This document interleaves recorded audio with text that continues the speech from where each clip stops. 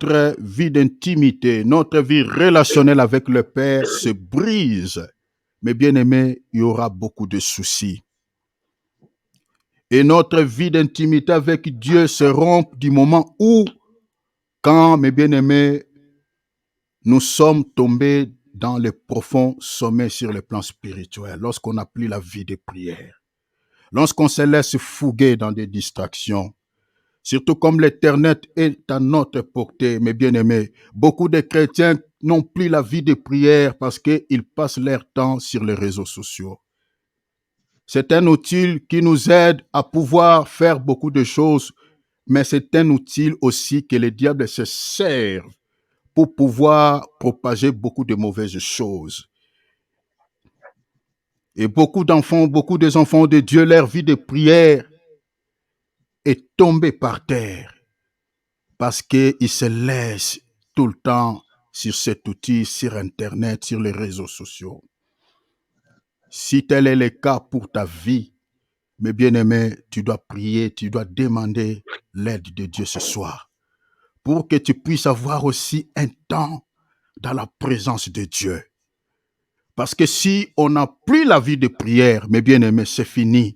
Parce que c'est par la voie de la prière que nous entrons à contact avec le Père. C'est par la voie de la prière que le Seigneur nous visite. C'est par la voie de la prière qu'on peut écouter Dieu et que le Seigneur aussi peut nous parler et peut nous bénir. Et autre chose, c'est la vie de méditation que le diable a retiré dans la vie de plusieurs chrétiens. Beaucoup de chrétiens prient, mais n'ont pas la vie de méditation. Peut-être c'est aussi ton cas. Ta Bible, tu le lis que, mes bien-aimés, le jour du culte. Mais toi-même à la maison, tu n'arrives pas à lire ta Bible. Tu as du mal à pouvoir ouvrir ta Bible pour pouvoir méditer. Si tel est le cas, mes bien-aimés, c'est que ta vie relationnelle avec le Père a un petit souci.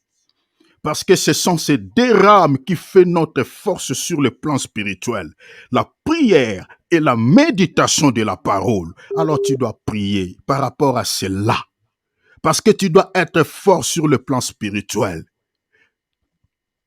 Pour bien prier, il faut avoir la connaissance de la parole. C'est-à-dire sans la parole, mes bien-aimés, tu auras du mal même à prier. Parce que le Seigneur n'écoute pas nos belles paroles. Mais le Seigneur n'écoute que sa parole, même si elle n'est pas bien selon nous. Mais vu que c'est sa parole, Dieu n'écoute que ce qu'il a dit. C'est pour cela qu'il est important de pouvoir avoir la connaissance de la parole. Je t'invite de pouvoir demander à Dieu que le Seigneur te donne la soif pour la prière et la soif pour la méditation de la parole. Prie le Seigneur s'il te plaît. Demande à Dieu ces deux choses. Que cela habite, que cela soit ta vie,